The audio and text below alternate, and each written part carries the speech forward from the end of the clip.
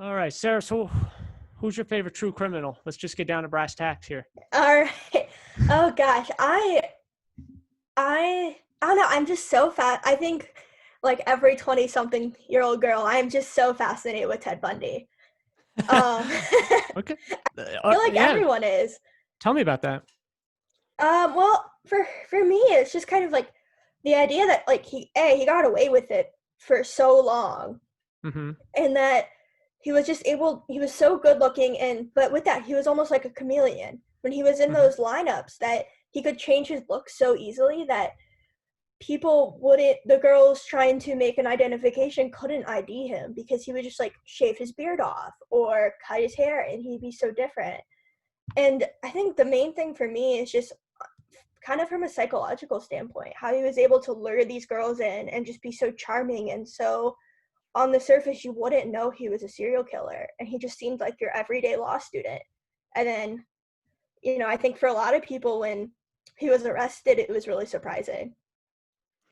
Yeah, for sure. You'll love this. So, I live here in Colorado, and he escaped from jail twice here, as you know. Hmm. And a couple of years ago, I was in a donut shop in the mountains, and I happened to be sitting next to this table full of these old timers telling stories. And they happened to be deputy sheriffs of Aspen who were part of the search for him. And I just overheard these guys telling stories about going into people's yards, searching under their cars and stuff like that. Hmm. It was really kind of interesting. Yeah, you're so lucky you live in Colorado. I was supposed to go in April with some of my friends. We were going to drive out from college and go visit someone at CU Boulder, but obviously never got to. I guess driving is somewhat safe, right? You guys are hermetically sealed in a car. Yeah, but we all kind of went home at the end of March just because our college got shut down. So we're like, all right, I guess we'll just kind of all go our separate ways. That's a shame. Do you find that there are a lot of people who are interested in serial killers your age?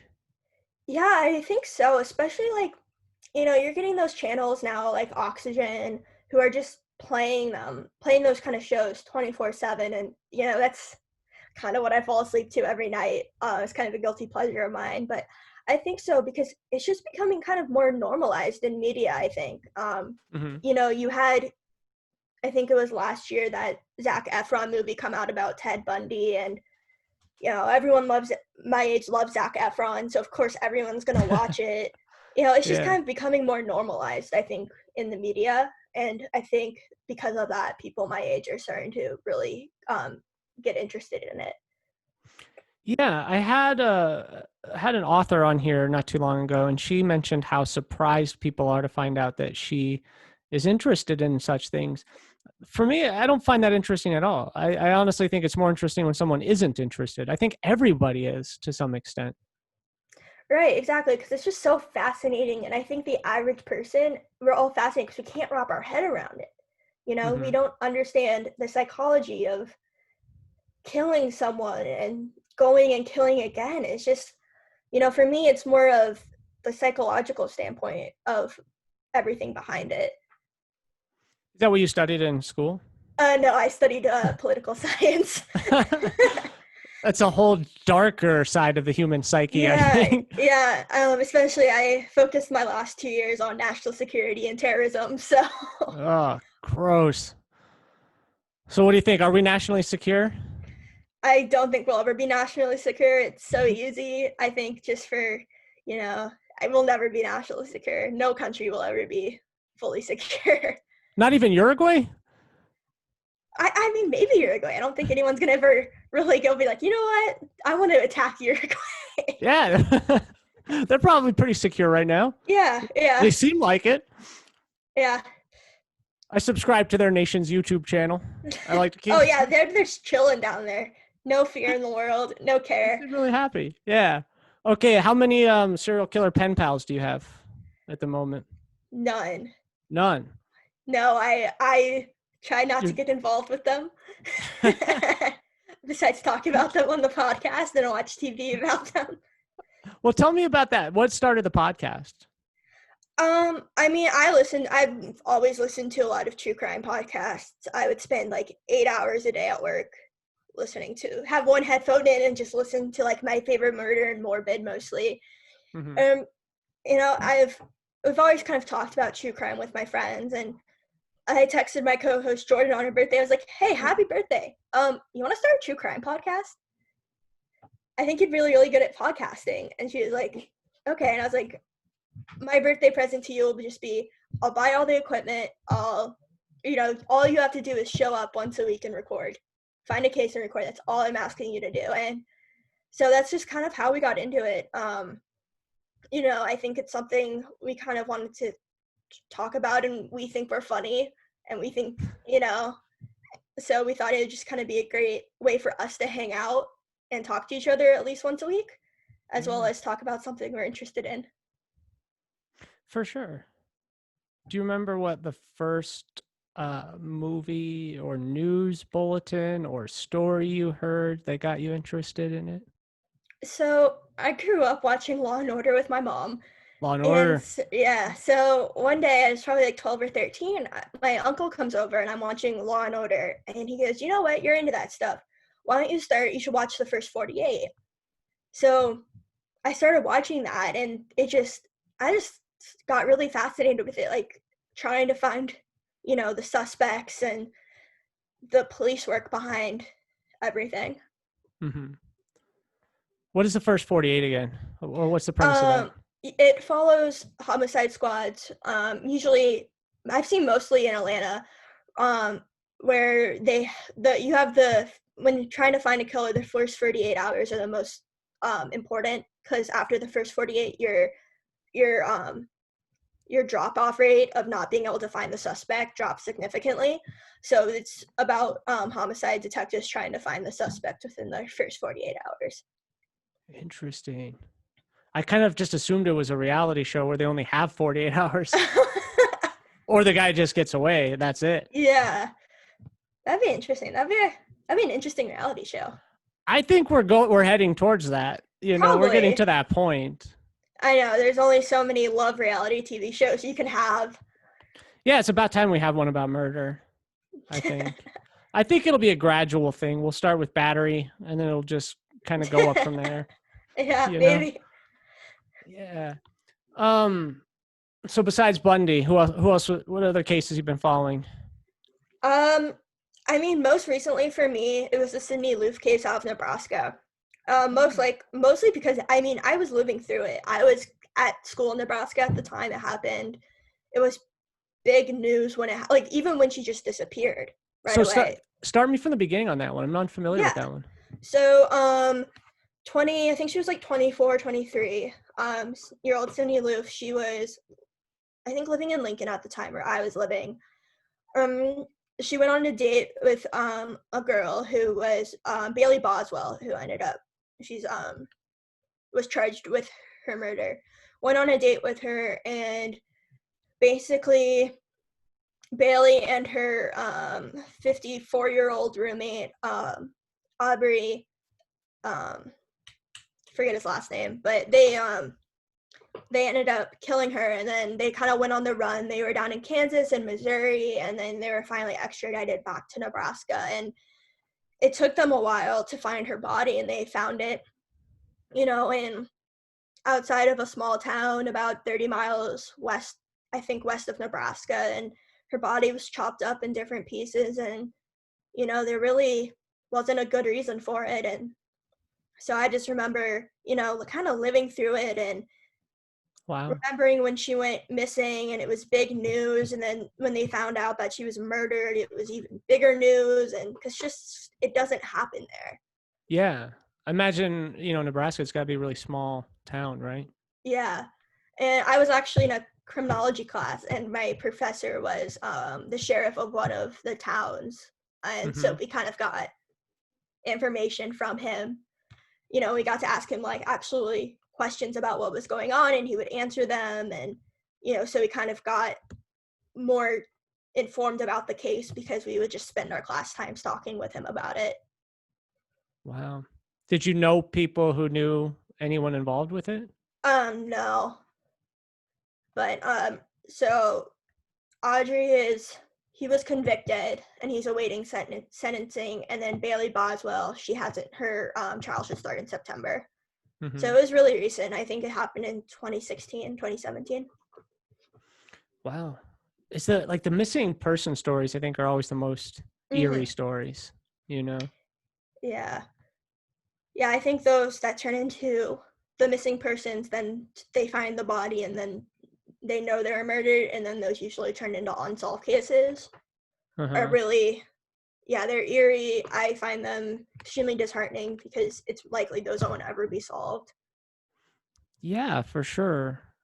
And I imagine it's probably, I guess, maybe not more. I guess it would be more scary just being a woman, right? Like, do you ever really worry about being kidnapped and disappearing?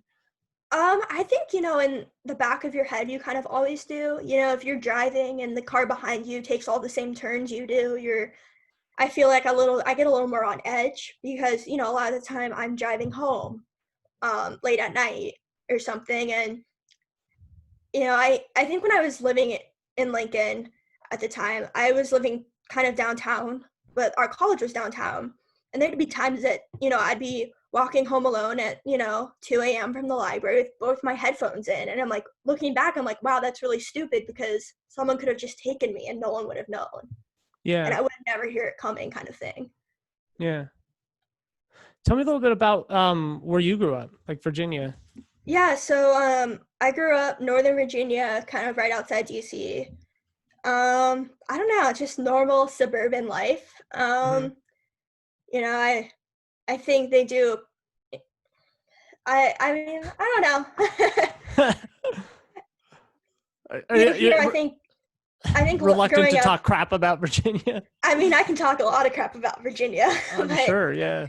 I think growing up outside of DC is kind of a great experience, and I'm gonna probably be settling down here for a few years at least. I think growing up, I was talking to one of my friends about this the other day. We take for granted how close we are to DC and how we can go in, whenever we want. And I have friends from college who've never been to DC or to the East Coast. And I'm just like, Yeah. whoa, wait, going into DC for me is just so normal that when you have people who've never been there, you're like, it kind of makes you appreciate it a little more.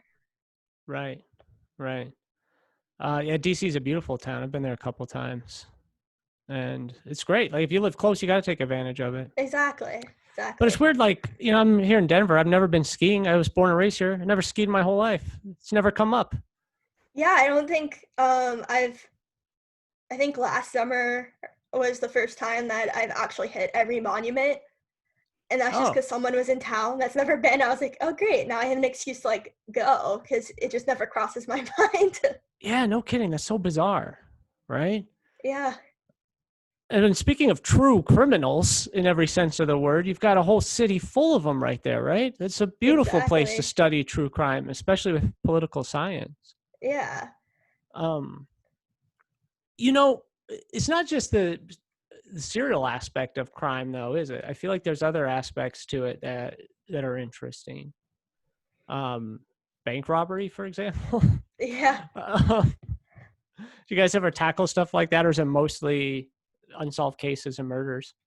For right now, we've focused on a lot of unsolved cases and murders. I'm putting out a bonus episode with my social media manager later today, and we're doing a cult episode, which is something I've been wanting to do for a few weeks now. So I'm glad I'm actually gonna be able to find the time. And I've spent all last night researching, all today researching it. So I'd want to focus more on cults and that kind of thing. And Jordan's told me that her thing that she wants to focus on a lot is those unsolved missing persons cases.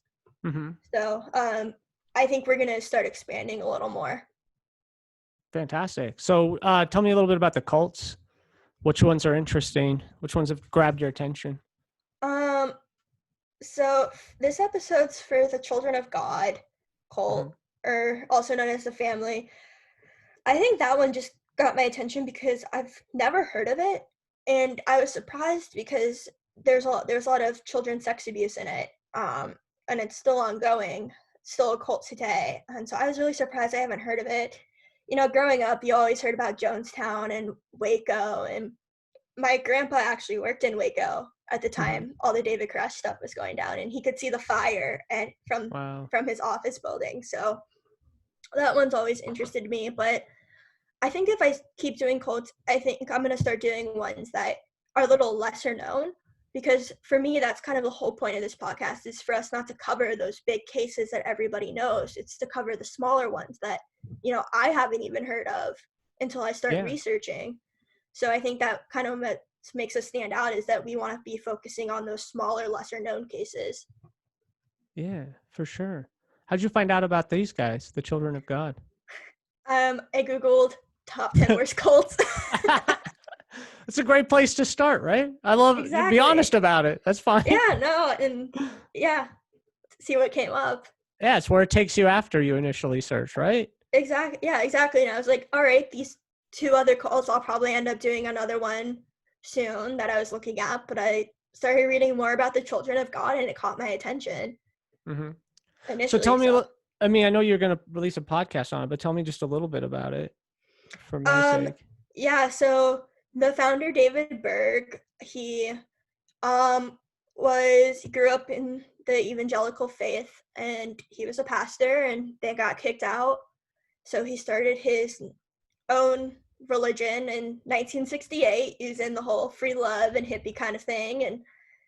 And it basically turned into a sex apocalyptic cult where they preach sex between everybody, including raping and sexually assaulting minors.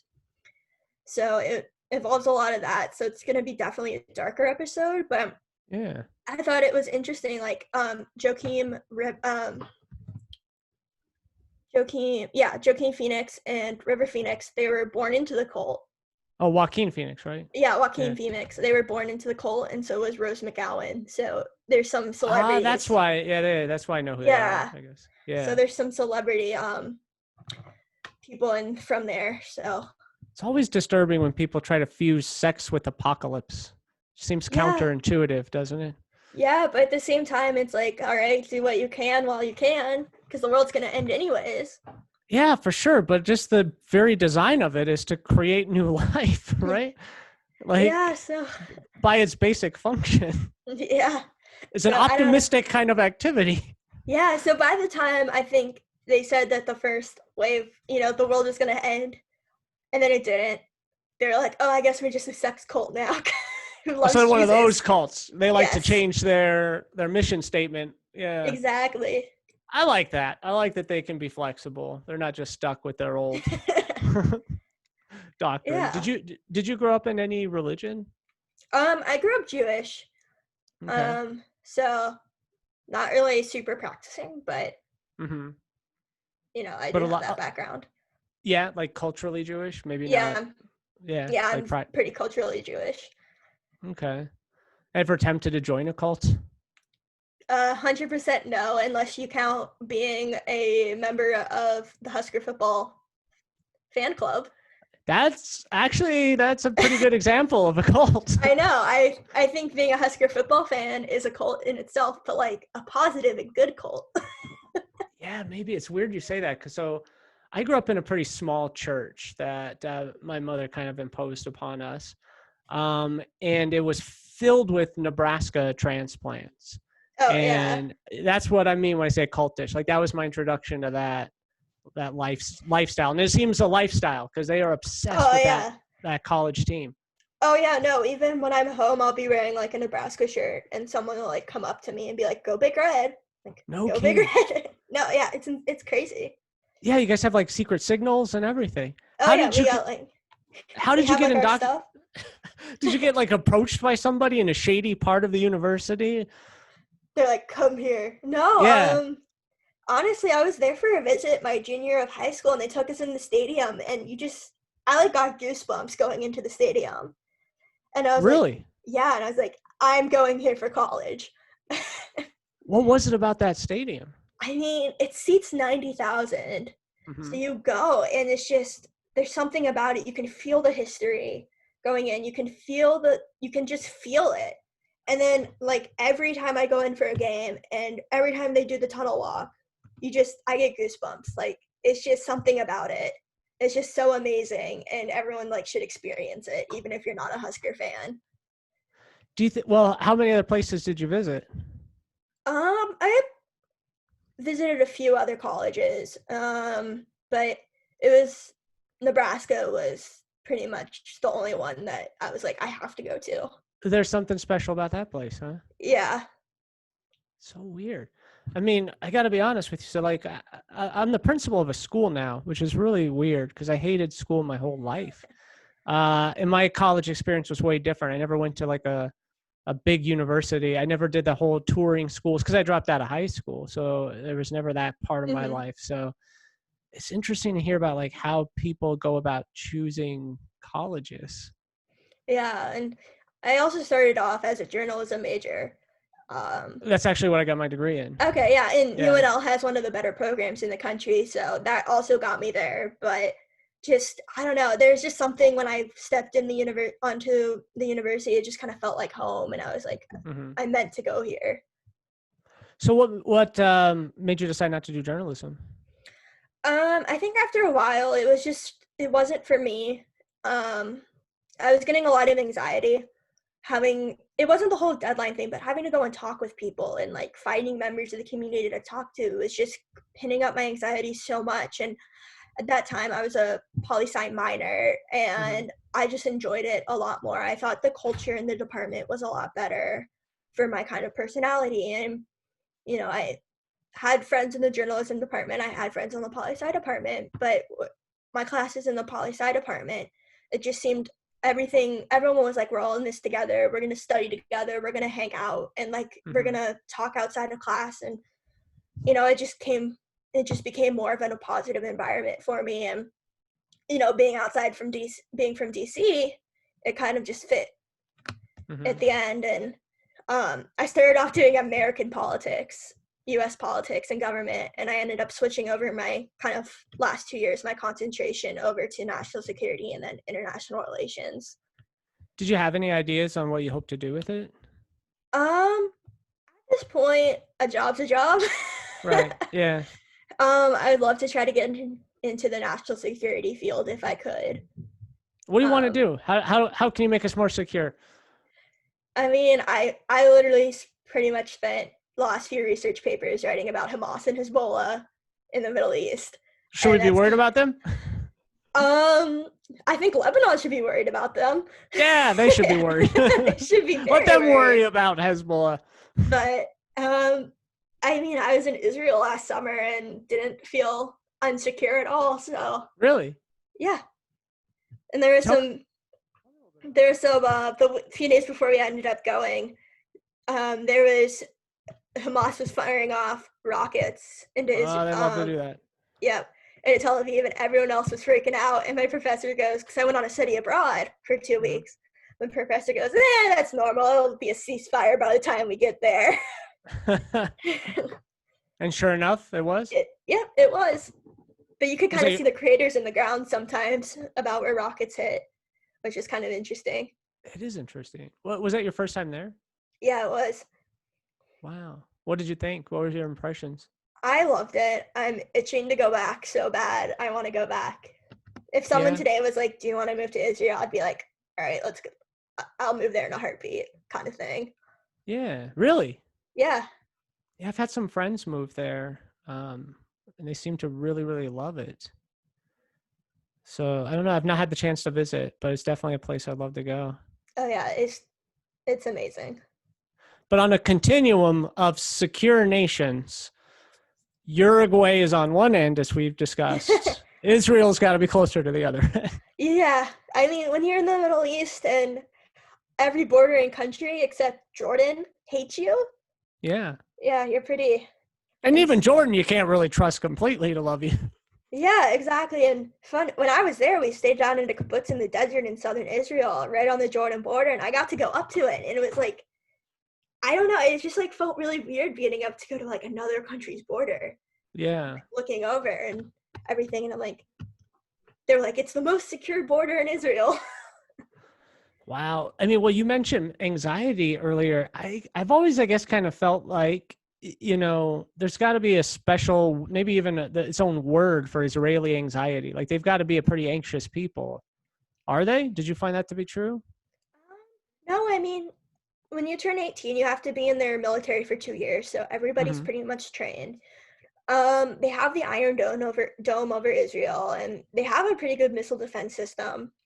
I think the reason I wasn't stressed over there about attacks or anything was because the atmosphere wasn't stressed. Hmm. Everyone was pretty relaxed, and I think at that point, people are used to it. If there's going to be rockets come over the border, there's going to be rockets come over the border, and it's just kind of a part of daily life. And luckily, when we were there was nothing happened. But I just kind of went in knowing that you're not going to be perfectly safe, but you're not going to be perfectly safe in England or Scotland or any other country you visit. So Yeah, for sure. But I guess like England, Scotland, there's some tensions perhaps, but nothing like the hostilities that Israelis encounter. right, yeah. I mean, I didn't feel like everyone was super stressed about it or anxiety. It just felt everyone just went around normal life, and Israel's really developed. And at the end of the day, I think most people don't worry about it. Hmm. So why did you not pursue like criminal justice or criminology with your interests? I honestly don't know. I mean, I love my degree. I loved my program, but if I could go back, I would actually do for forensic psychology. Yeah. Um, I don't know. I just never really saw myself being a police officer or anything like that. So, Hmm. Yeah, ended up getting my minor in criminal justice mhm, actually. So I took a lot of those classes, probably some of the same ones that you did. Um, one's about serial killers, one's about law, mhm, ethics, things like that. I mean, I loved it. I got turned on to some great philosophers through the criminal justice program. But I right. guess I thought that I might be a lawyer at some point. I never thought I'd be a Yeah. cop either. Yeah, I think that's kind of also why I went through the poli-sci program because for the longest time I was like, I'm gonna go to law school, Yeah, and I mean, it still could happen. for sure. Yeah, it's not going anywhere. Yeah, exactly. So we'll see where that takes me. But I mean, that's probably also another reason I got my poli sci degree was I was thinking about possibly going to law school. Yeah. What kind of law would you practice? Um, I loved international law when I took international law classes and human rights classes. Hmm. Um, I'd probably try to go more into human rights law if I could. You know what? Like, what's crazy? So, like, being a journalist, you were talking about that, and you're right. It's hard. It's hard to go out and talk to people. You have to really put yourself out there. Mhm. You also have to get used to people really not liking you very much. Right. Because you ask them a lot of nagging questions they don't want to answer. But lawyers are especially unlikable people. You know what I mean? You have to have an even thicker skin, I imagine. Yeah, and I just think that's hard for me because I'm such a people pleaser. Hmm. And I like to be liked. And I was like, I don't know if I could make it as a lawyer with my personality type. And It's tough. Yeah. yeah, and if I did, I mean, I think I would probably fit in better as like a contracts lawyer or something where you're not The most boring kind of law, exactly. I but still mean, I necessary. tell everyone, I'm like, I'm such a boring person. So, like, what did your parents do? My dad's in government contracts, which is Hmm. probably the route I'll go into as well. And then my mom's a technology specialist at an elementary school. Okay, that's pretty cool. Hmm. So you mentioned having a social media manager. What do they do? Yes. So it's my best friend from college, Brittany. I told her I was starting a podcast, and she's like, "Can I be involved?" And I was like, "All right. I really hate running social media. You just want to do our social media for us." So she pretty much gets us a following. Post stuff for us. I go into the accounts a lot and Yeah. you know go through everything and talk with people through that. But she pretty much runs it for us. She set it all up. She's just kind of doing us a favor, and she loves doing it. So I mean, more power to her. I give her the Yeah, for reins on it. sure. Yeah. I hate doing it too. That's great. Yep. And we told her if we ever make money on it, we're cutting everything a third, so she'll get money from the podcast if we ever make money. Yeah, is that the goal? What do you think your goal is for it? I mean, I'd love to make money. I think making money off your hobby is one of the best ways to make money. Um, I don't know. I think our goal is just to keep doing it until we don't think it's fun anymore and Hmm. it's becoming more of a burden than anything. Um, I mean, I think we've exceeded our goals. We were just gonna be happy if our friends listened, Hmm. something for our friends to listen to, and we've definitely surpassed that. I remember the first episode, like we had 20 people listen as like at like within like 3 or 4 days, and we're like, we don't know 20 people. That's a good feeling, right? Yeah, so You know someone definitely, out there's listening. yeah, so we've definitely beaten our goals, and I think we're just gonna keep doing it until it's not fun anymore. Have you guys gotten any feedback from people you don't know, I guess? Yeah, I mean, we talked to a lot of other like murder podcasts, and we talked to them. My mom gives a lot of constructive criticism. What does she say? She told me I cuss too much, and my grandma told me the same thing. The fuck So are they talking about? yeah, I tried to tone that down for them. But yeah, she just I mean, we're always looking for feedback, but at the same time, we're gonna kind of do our thing ourselves, our own style, and Well, yeah. do it how we want to do it. And if people don't want to listen, that's fine.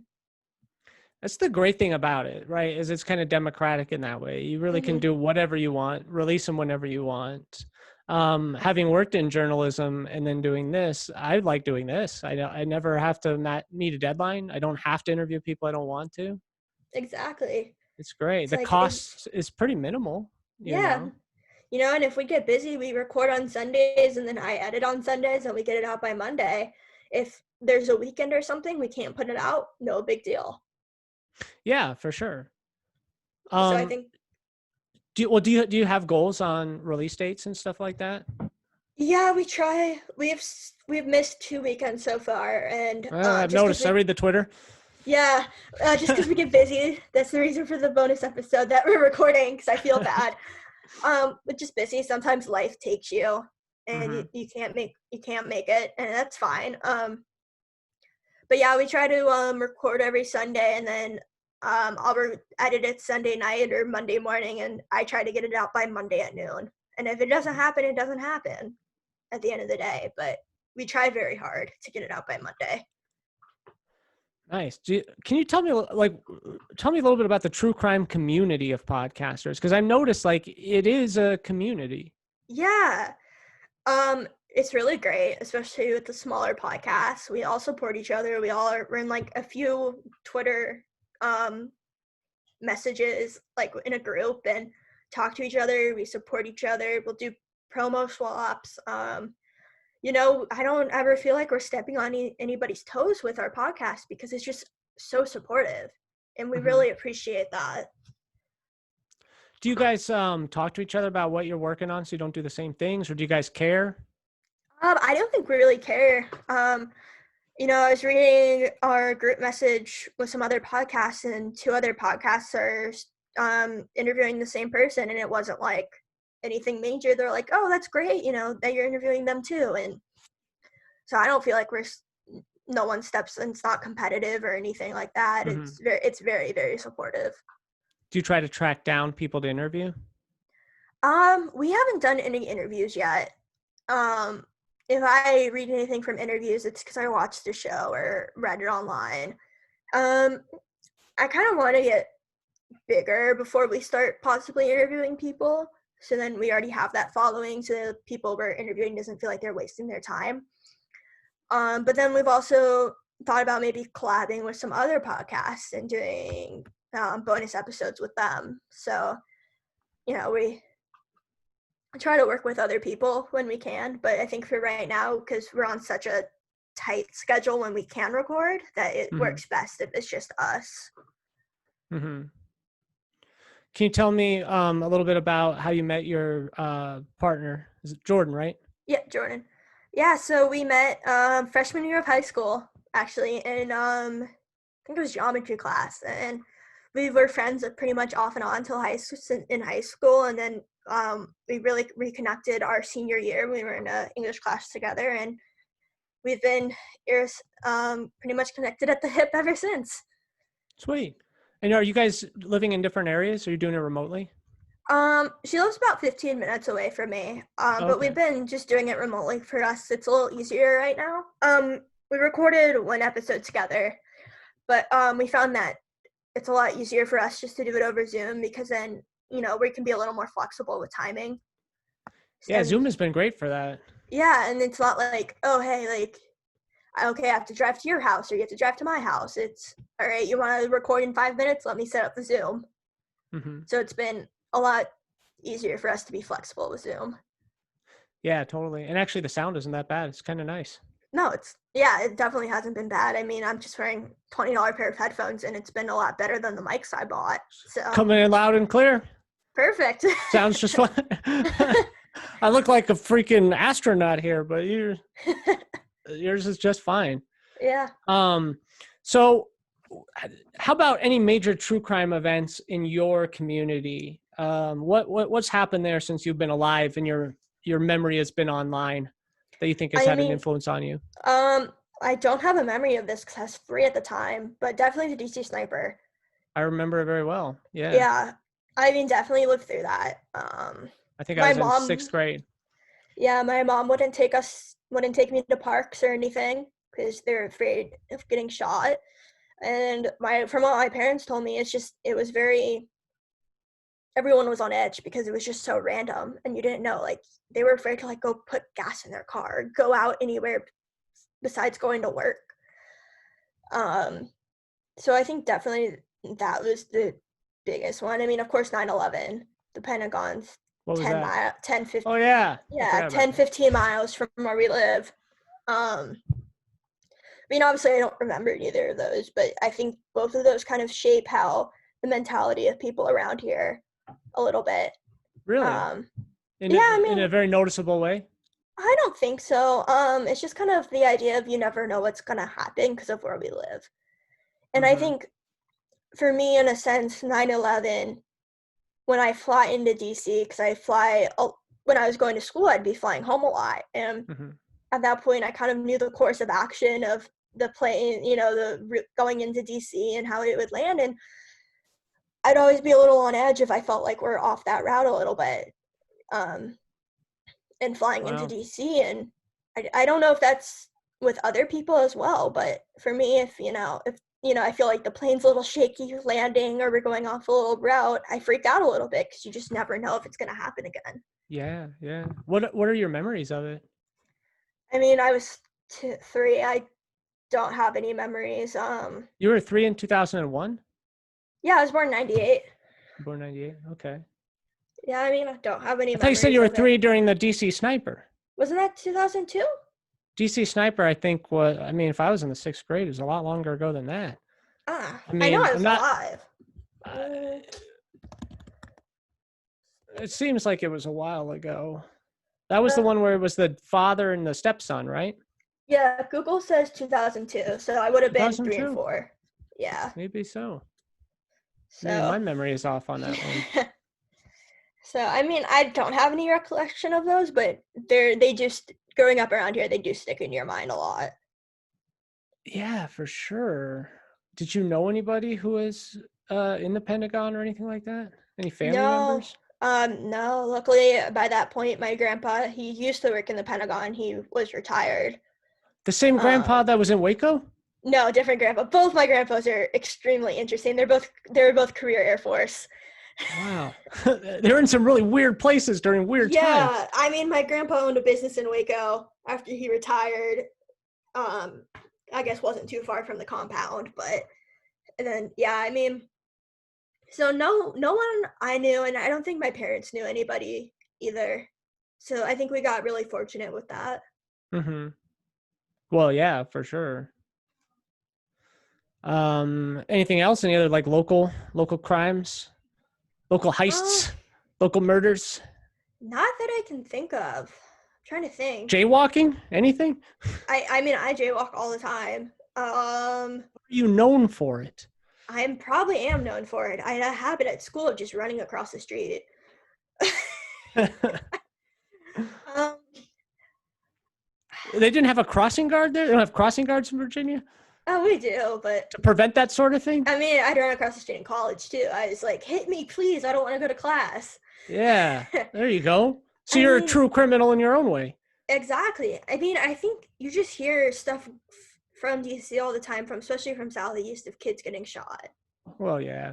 And that's probably the biggest thing that hurts me the most, because you don't want to hear about kids getting killed. No, it's the last thing you want to hear Yeah. about. That and colon cancer. Two things you Yeah. don't want to hear about. I'm trying to think. Oh yeah, so when the whole people were always threatening to bring bombs to school, like I think it was last year. My brother texts me and he goes, I'm not going to school tomorrow. And I'm like, why not? And he's like, someone on Twitter said that they're threatening to bring a bomb to school. And I was like, all right. So he didn't end up going to school, but apparently like a lot, like almost half the school didn't go in or something ridiculous like that. And it was all fake. But Did they I think cancel the school? no, but he just didn't want to go. He didn't go in. So the bomb threat thing, that's not gone away. I mean, they've been doing that forever. Yeah. Yeah, it's the best way to get out of school. Still. Apparently, yeah. Yeah. I don't know. I mean, of course, we get our fair share of crimes. A few years ago, I think we had a murder-suicide of a family.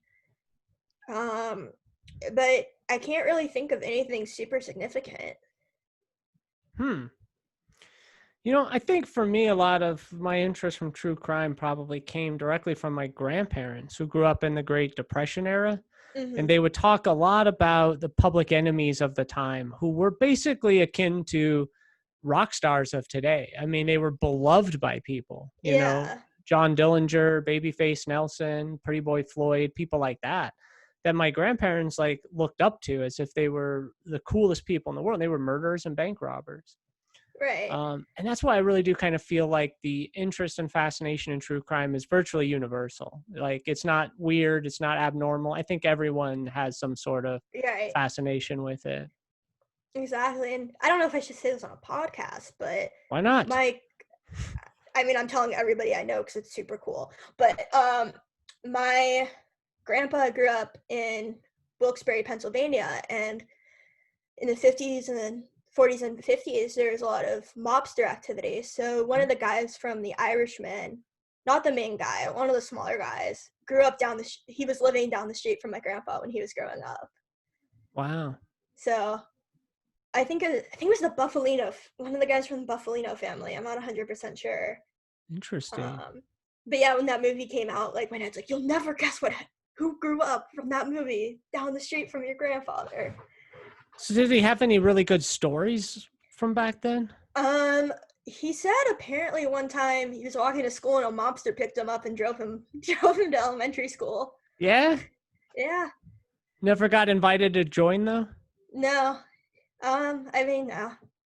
I mean, but at that time it was a coal town. It was a town that everyone was pretty much coal miners. So makes sense why there was a mob presence. So was this also, you said Pennsylvania, right? Yep. Like, I guess you always hear about that kind of coal mining community, right? Like, it's pretty far removed, I think, from what I've grown up with. Like, do you live next to like a coal mining town? No, I don't know, probably the closest one's like probably 2 or 3 hours down in Southwest. Okay, because I always feel like there's a special kind of culture that grows up around like mining communities, you know? Yeah, I feel like it's very like hardworking, kind of blue collar, takes no kind of shit, kind of. Well, like very tough. You mentioned that about your grandfather. My great grandfather was a miner, and his experiences with true crime, as it were, is he got shot through the hand by some bootleggers. Oh my god. Yeah. Yeah, I know my grandpa grew up around it, but my family wasn't in the coal mining industry. They just lived in that town. But I think it's super cool that he lived near a mobster when he was a kid. I think that's really cool. Yeah. Except for it's kind of not that exciting that he doesn't have any great stories about living next to him. I know. I think he has stories, but he just refuses to tell us.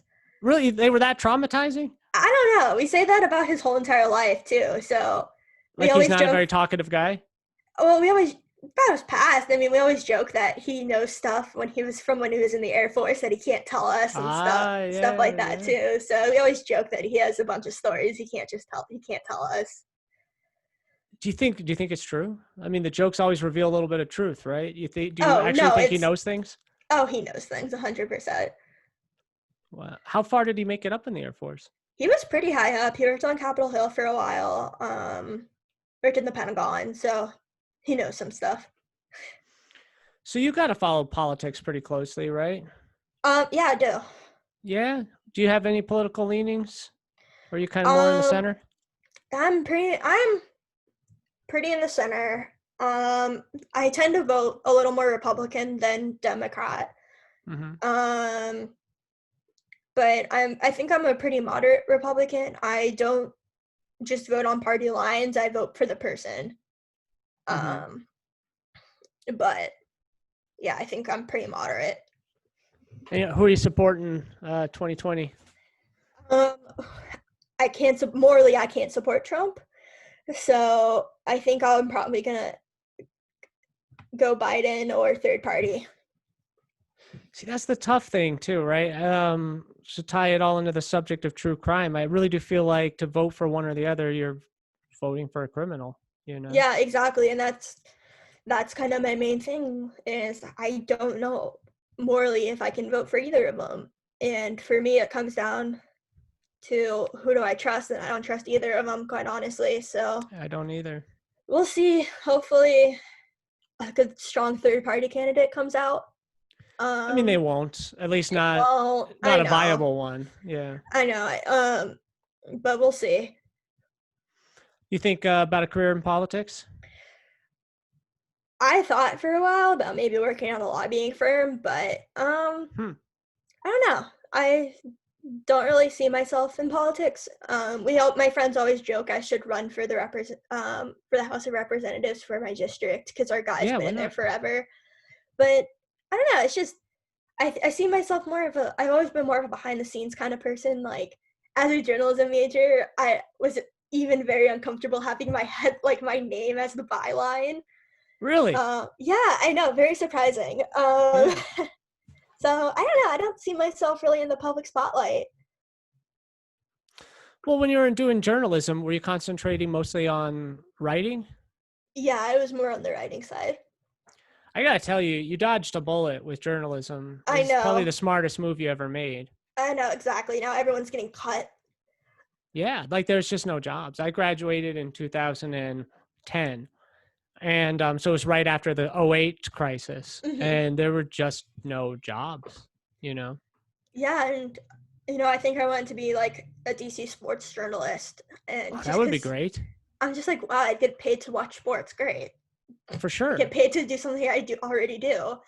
And yeah, I'm glad I got out of that because I mean, everyone's cutting positions and everyone's going to have to start freelancing, and there's just not going to be enough jobs for the freelancers. Not enough to. I mean, that's the thing I'm realizing with podcasting. Yeah, to make money off of it would be great, but it's just there. If that's the goal, you might as well find something else. Like there's Exactly. very few people make money. Even the well-known people, they're not making livings off of it, you know? Hmm. Which I think in some ways is actually kind of exciting. It means that people are doing things for the love of doing it. There's a little bit less, desire to move up. It's more just, I love recording. I love interviewing. I love, and I think that's why people participate so much in social media on Twitter, Instagram.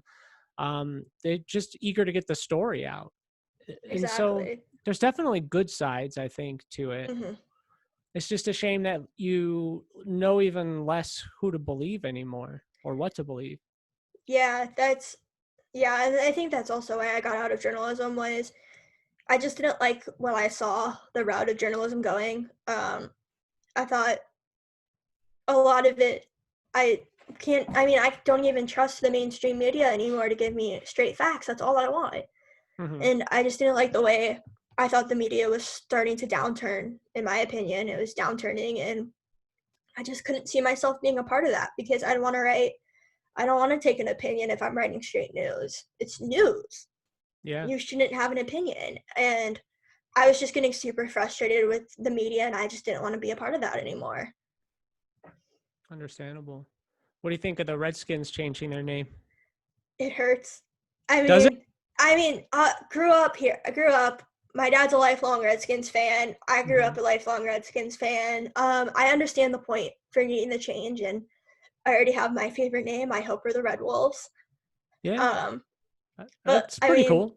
yeah. I think last week when it seemed like the name change was gonna happen, I bought a Chase Young Redskins jersey because he's never gonna be in a Redskins jersey, and I just thought it'd be kind of that cool memento to have.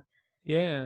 But yeah, I mean, for me, first 22 years of my life, they're always gonna be the Redskins, and it's gonna be hard to change what I say, like, oh, I'm a Redskins fan, but I understand the need for the change. I thought it was time, and I hope our owner, as he screws up everything else, doesn't screw up the name. Yeah. I'd pick something stupid like the red potatoes, red Yeah. spuds. Yeah, and I think we could have had our name out already, but someone from the DC area, he bought up all the trademark. He trademarked every single possible name it could be. So, Really? yeah, he What bought, was the idea that they wouldn't change the name? well, with the idea that they would change the name, but now he owns the trademark, and they'd have to get it from And him. they'd have to pay it. They'd have to pay him Yeah, for or it. fight it in court. So Man, he what a literally, like, smart any guy. possible, I think he trademarked like 10 names. Any possible name change it could be. What a smart guy. I know, but it's not going to hold up in court because it was trademarked under malicious intent. You can't do that? I guess not. All my trademarks were under malicious intent. That's most of what I do is with malicious intent. But you don't have a billionaire trying to buy your name. No, not yet. But that is the plan. Let's tie it all the way back around to the beginning. So Ted Bundy is what got you into the whole serial killer game. Mm-hmm. Probably because he's just such a handsome, charming guy. Give me some of the worst serial killers. But not Ed so Kemp. handsome and charming. Oh, Ed Kemp freaks me out. Yeah, he's The a whole freaky idea one. of cannibalism just freaks me out. Oh God, I'm trying to think. Who are the studs? Who are the duds? Studs, Ted Bundy. God, I'm trying to think. How about Richard Night Stalker Ramirez? Oh yeah, the Night Stalker. Everyone loves that guy. Yeah, Zodiac, because that's unsolved. Fascinating one. Yeah. Golden State, since that case seems like it's winding down. I think he just pled guilty, didn't he? This He past week or did, something. yeah. So, Golden State definitely. Duds, Ed Kemp, Ed Gein. Ed Gein. Yeah, that was my next one. Yeah. Yeah, I don't. Oh, Son of Sam. I hate that guy. Son of Sam is my favorite. He's the one Really? I think is the most interesting. Yeah. Okay, I hate when they come up with their own names. Same with BTK. I hate when they come up with their own names. Well, to be fair, I see what you mean. Son of Sam, I don't think he picked that as the name. The media, I mean, he did write it in a letter, and the media just went with that one out of all the things that he wrote, which he wrote a lot of stuff. Yeah. You know why I think Son of Sam is interesting is there's a book called The Ultimate Evil. Have you read that one? I don't think so. I think it was written by a guy named Maury Tierney, who was a journalist who followed the case very closely. I recommend it to you because you said you're interested in cults as well. Mm-hmm. And the Son of Sam case ties very heavily in with the cults. Okay. And so that's why I think he's the most interesting, because there's every bit of reason to believe that he was not alone, that there were more shooters. Mm-hmm. And so that bites. I'm a sucker for those kind of conspiracy stories too. Yeah, like the guy who shot Kennedy. His name's escaping me. Oswald. Yes. Yeah. That's a good conspiracy. I mean, I love a good conspiracy theory. Do you tend to believe them? I I don't know. It's really hard. I kind of believe the more, like, the stupider ones. Like, my favorite one that I actually do believe is that Mattress Warehouse is a front for money laundering. Yeah, well, I could believe that. Is it just because like nobody's ever in there? And there's so many. I was like There's so many. in Florida visiting my grandma, and like you're on like the main road, and then there's like a road into like 2 shopping centers on different sides of the roads. There was 2 Mattress Warehouses across the street from each other. There's one right down the street from me, right across the street from a furniture store.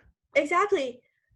You don't buy that many mattresses. No one does. I never see anyone in there. But there's guys out there flying signs, advertising like hell. I mean, he's working his ass off, dressed like Spider-Man, trying to get people to buy him. Yeah, so I think that's my favorite one because it makes sense. It does make sense. It makes a lot of sense. Wow. So yeah, check into that Son of Sam thing. I think the more you dig into it, the more interesting you'll find it. Okay, yeah, definitely. I think largest manhunt in U.S. history. Only 6 victims. Crazy. I think it's just because it was New York, and it was that idea of there's so many people here, and you never know when he'd strike. Well, yeah, that and the and let's face it, not only was it New York, but like they were shooting victims, right? Yeah.